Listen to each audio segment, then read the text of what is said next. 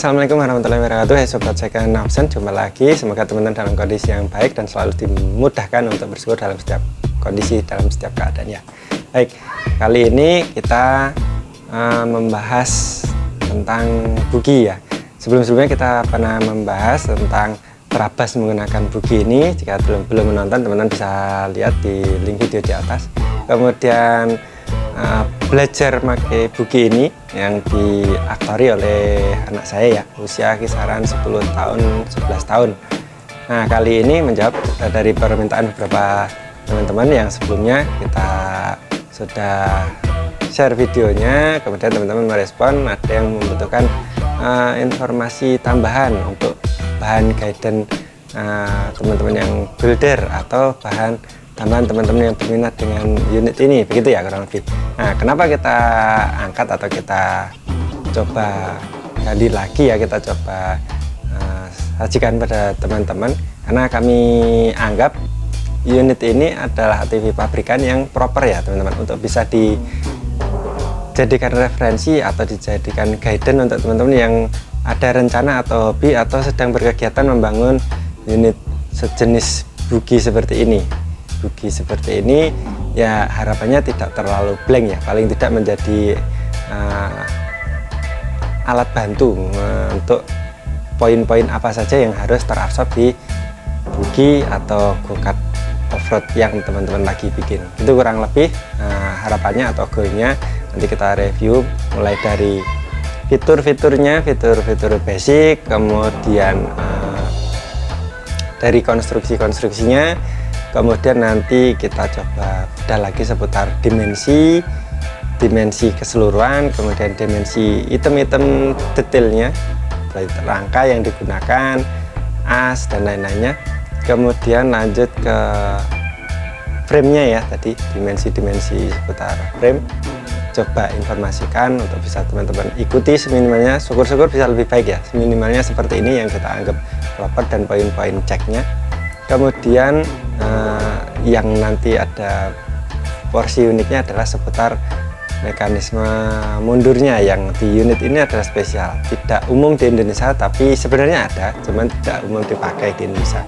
Nah, nanti teman-teman bisa coba gali, kalau bisa mengabsorb itu jauh lebih baik, kalau tidak ya pakai mekanisme yang umum dipakai di Indonesia. Itu kurang lebih. Nanti jika videonya terlalu panjang akan kita pecah-pecah dalam beberapa part ya. Itu kita mulai videonya dari review fitur-fiturnya.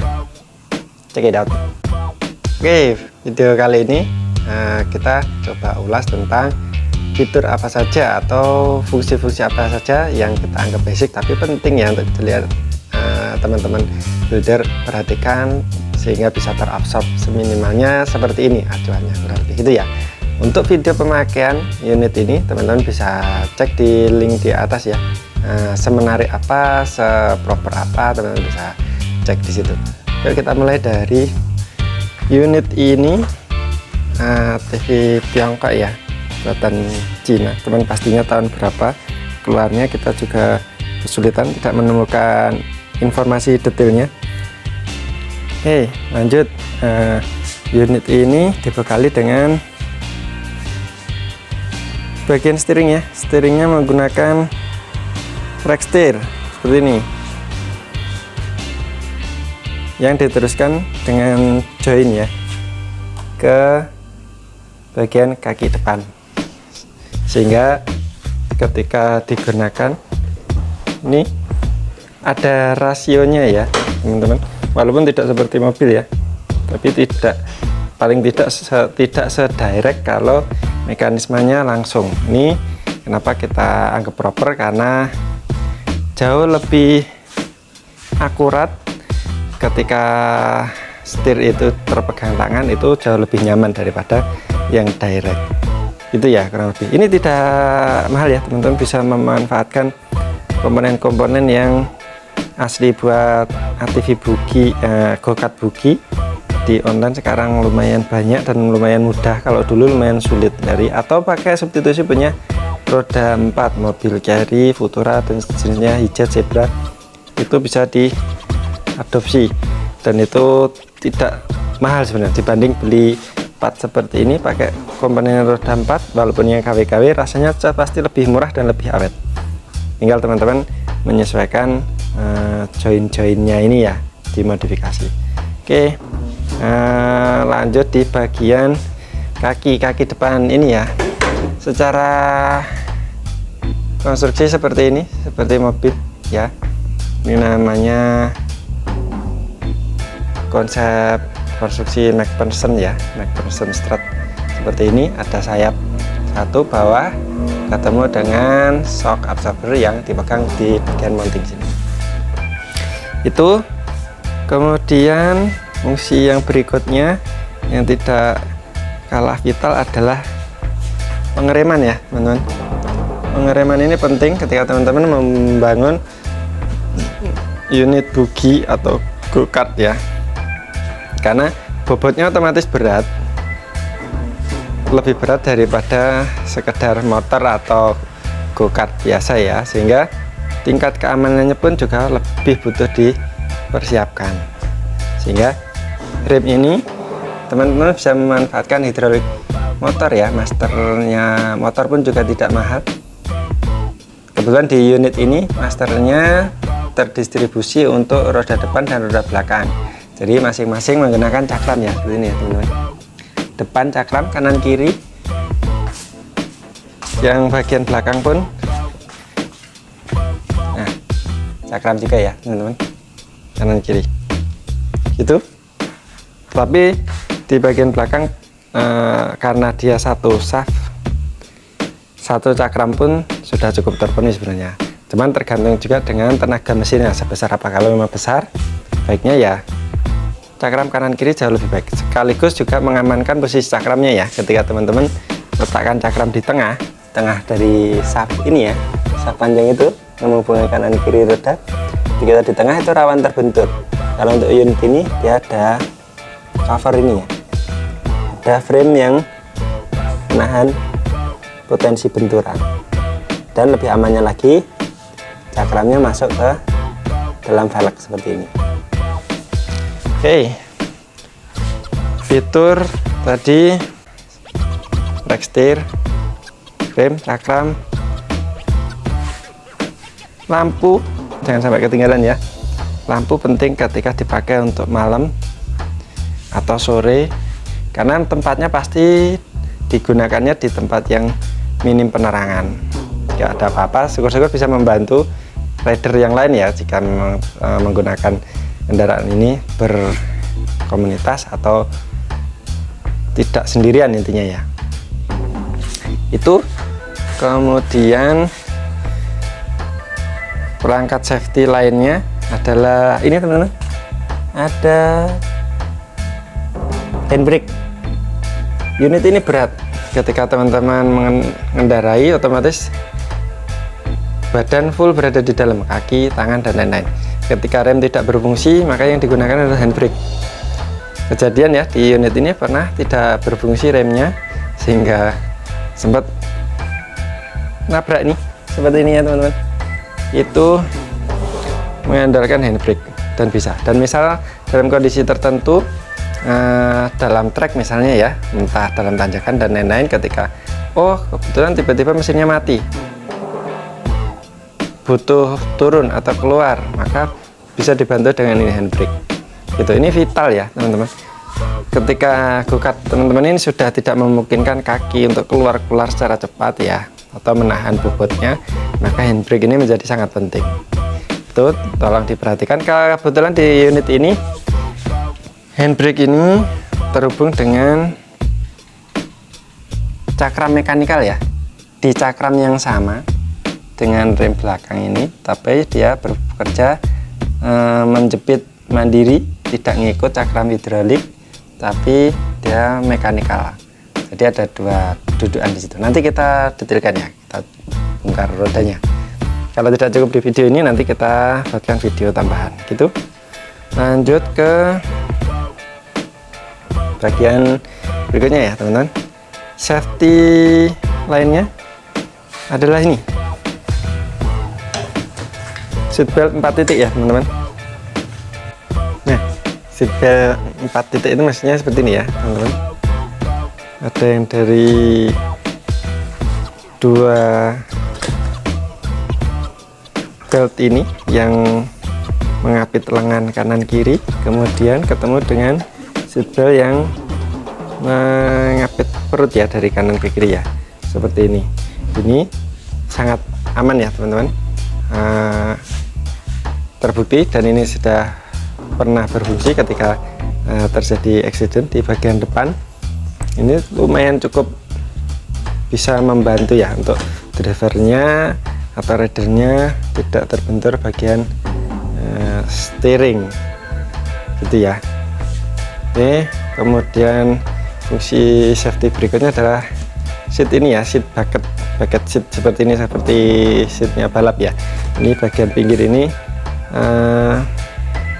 menahan rider dari pergeseran atau gaya sentrifugal akibat manuver si unit ya, sehingga badan bisa tertahan dan pengendalian jadi lebih stabil, tidak potensi terlempar gitu ya. Walaupun sudah ada seatbelt, tapi seatbelt ini lebih dominan berfungsi ketika arahnya ke depan, tapi ketika arahnya ke samping maka seat ini. Fitur lainnya masih seputar safety.